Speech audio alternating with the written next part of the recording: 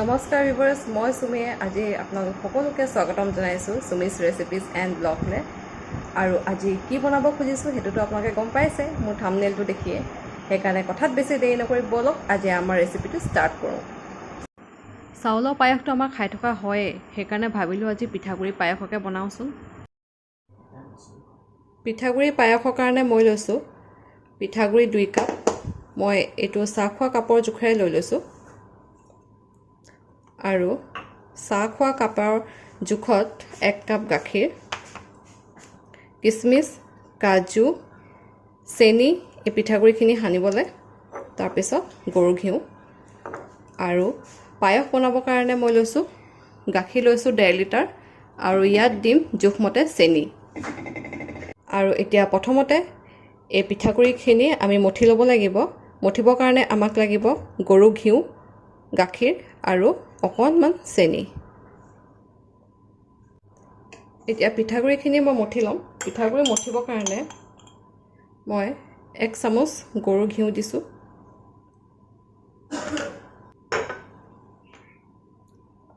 1 চামুচ পৰিমাণে চেনি দিছোঁ,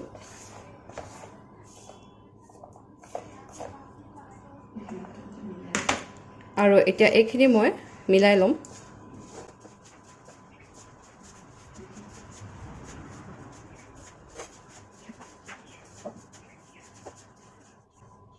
এইখিনি মোৰ এতিয়া মিলোৱা হৈ গ'ল।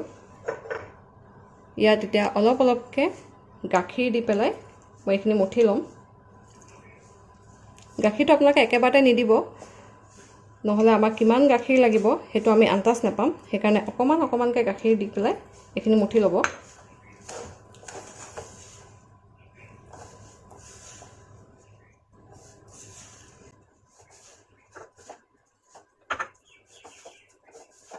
আৰু এইখিনি পিঠাগুড়ি মই ভাত খোৱা চাউলৰ পিঠাগুড়ি লৈছোঁ।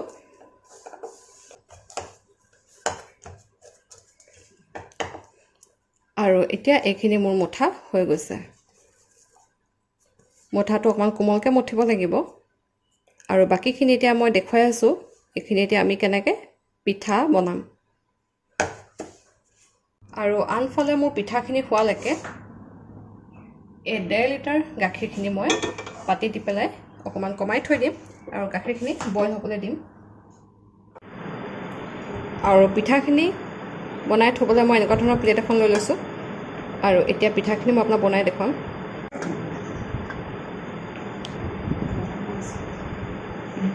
দিয়া পিঠাখিনি এনেকৈ সৰু সৰুকৈ দীঘল দীঘলকৈ আমি বনাই বনাই থৈ যাব লাগিব এখন প্লেটত, চাউলৰ নিচিনাকৈ।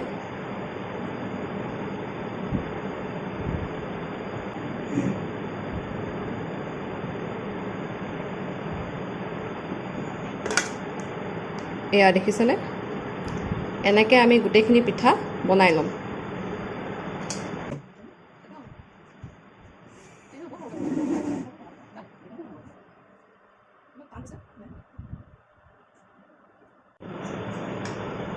কেতিয়াবা পিঠাখিনি বনাই থাকোঁতে আমাৰ টান হৈ যায়, যিহেতু আমি পিঠাগুড়িৰ পৰা বনাই আছোঁ এইখিনি বস্তু, আৰু পিঠাগুড়ি টান হৈ যায়, তেতিয়া অকণমান গাখীৰো আপোনালোকে মিক্স কৰি দিব পাৰে।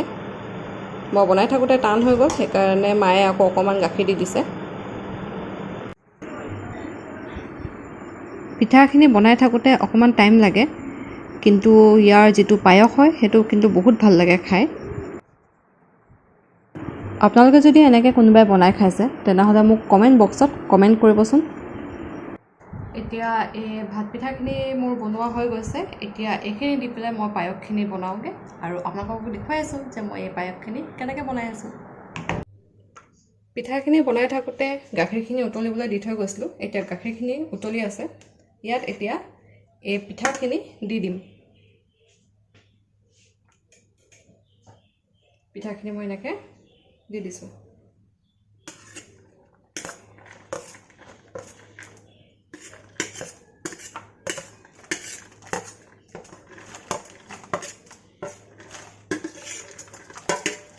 পিঠাখিনি দি লগালগ অকণমান লৰচৰ কৰি দিব, নহ'লে পিঠাখিনি ইটোৰ লগত সিটো লাগি ধৰে।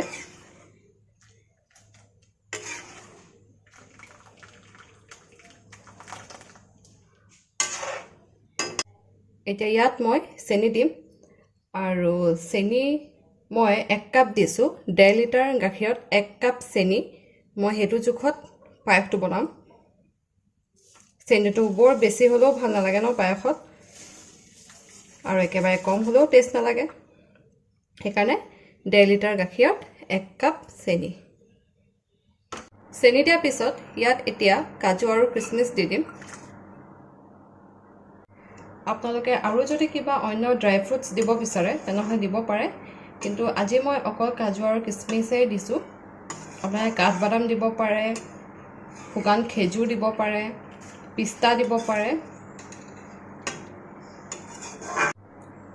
কিন্তু পায়সখিনি বনাওঁতে আপোনালোকে এটা কথা সদায় মন কৰিব লাগিব গাখীৰখিনি অকমান ডাঠ কৰিব লাগিব গাখীৰখিনি কিন্তু ডাঠ হ'লেহে খাই ভাল লাগে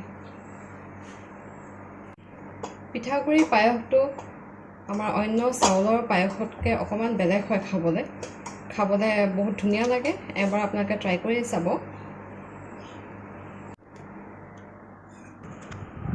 পায়সখিনি আপোনালোকে ইলাচি বা তেজপাতো দিব পাৰে কিন্তু মই এইবিলাক একো দিয়া নাই কেলে কি মোৰ এই পায়সৰ গোন্ধটোৱে মই বহুত ভাল পাওঁ এতিয়া এই পায়সখিনিত আৰু একো দিব নালাগে আমি ইয়াত চেনি দিলোঁ কাজু কিচমিচ দিলোঁ আৰু পিঠাখিনি দি পেলাই এতিয়া আমি এইখিনি ডাঠ হোৱালৈকে সিজাব লাগিব এয়া চাওকচোন পিঠাগুৰি পায়স হৈ গৈছে আৰু ইমানটোৱে জোখত আমি পায়সখিনি ৰখাই থ'ব লাগিব আৰু লাষ্টত মই এটা বস্তু দিম এতিয়া গৰু ঘিউ 1 চামুচ গৰু ঘিউ দিলে ইয়াৰ টেষ্টটো বহুত ভাল লাগে খাই আপোনালোকে ঘিউ দিবও পাৰে নিদিবও পাৰে কিন্তু মই 1 চামুচ গৰু ঘিউ দি পেলাই এইখিনি এতিয়া গেছটো অফ কৰি দিছোঁ আৰু এয়া আমাৰ পিঠাগুৰি পায়স হৈ গৈছে ৰেডি আশা কৰিছোঁ যে আপোনালোকেও এনেকৈ পিঠাগুৰি পায়স বনাই খাব আৰু খাই কেনেকুৱা পালে সেইটো মোক জনাব আৰু এটা কথা মোৰ এই ভিডিঅ'টো যদি আপোনালোকে চাই ভাল পালে তেনেহ'লে লাইক কৰিব শ্বেয়াৰ কৰিব আৰু প্লিজ ছাবস্ক্ৰাইব কৰিব নাপাহৰিব